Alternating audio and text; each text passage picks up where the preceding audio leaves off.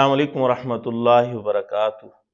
رمضان المبارک کا بابرکت مہینہ شروع ہونے والا ہے اور ہو سکتا ہے کہ ہمارا آخری رمضان ہو، بعد میں کبھی نصیب ہو یا نہیں۔ یہ بڑا ہی برکتوں والا مبارک مہینہ ہے۔ اس مہینے کو ہمیں غنیمت سمجھنا چاہیے۔ آج انشاءاللہ ہم نماز تراویح پڑھیں گے، تو نیت کا درست ہونا ہر کام کے لیے ضروری ہے۔ بہت سارے مسلمان نیت کرتے ہوئے بہت ساری غلطیاں کرتے ہیں۔ وہ سمجھتے ہیں شاید زبان سے نیت کرنا ضروری ہے، اور نماز میں اکثر دیکھا بھی ہے کہ امام صاحب شروع ہو چکے ہوتے ہیں، پیچھے سے آوازیں آ رہی ہوتی ہے، خاص نیت کی تھی، اس نماز دی نماز۔ تو یہ زبان سے نیت کرنا کوئی ضروری نہیں ہے۔ نیت اصل دل کے ارادے کا نام ہے۔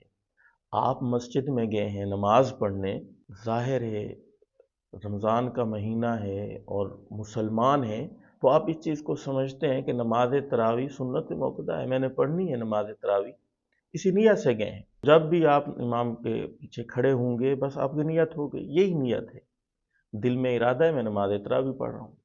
جب آپ بہت سارے مسلمان یہ بھی سوال کرتے ہیں کہ دو دو رکعت میں ہر دفعہ الگ نیت کریں، اکٹھی 20 کی کر لیں، تو اس کا طریقہ یہی ہے، میں نے جیسا کہ عرض کیا کہ آپ مسجد میں گئے ہوئے ہیں، آپ نے نماز تراویح پڑھنی ہے، بس سب کی نیت ہو گئی، الگ الگ دو کی نیت کرنا یہ کوئی ضروری نہیں ہے۔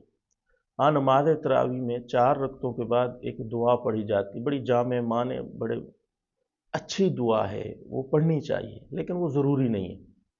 4 رکعتوں کے بعد یعنی 2 رکعتیں ہوتی ہیں، پھر 2 ہوتی ہیں، تو درمیان میں تھوڑا سا وقفہ ہوتا ہے۔ اس وقفے میں آپ کوئی بھی کام کر سکتے ہیں، تسبیح فاطمی پڑھ سکتے ہیں، درود پاک پڑھ سکتے ہیں، تیسرا کلمہ پڑھ سکتے ہیں، کوئی بھی ذکر و اذکار کر سکتے ہیں۔ یہ دعا پڑھنا ضروری نہیں ہے۔ ہاں، پڑھ لیں گے تو اچھی، سبحان ذی الملک والملکوت، ہاں لکھی ہوتی ہے بعض مساجد میں، اچھی دعا ہے، پڑھنی چاہیے، لیکن بعض ساتھی ضروری سمجھتے ہیں کہ یہی دعا پڑھنی ہے، جن کو نہیں آتی وہ رٹوا رہے ہوتے ہیں دوسروں کے ساتھ۔ یہ چند باتیں تھیں نماز تراویح کے متعلق، امید ہے آپ کو سمجھ آ گئی ہوگی۔ کوئی بھی مسئلہ ہے نماز تراویح کے متعلق آپ سوال کر سکتے ہیں۔ السلام علیکم ورحمۃ اللہ وبرکاتہ۔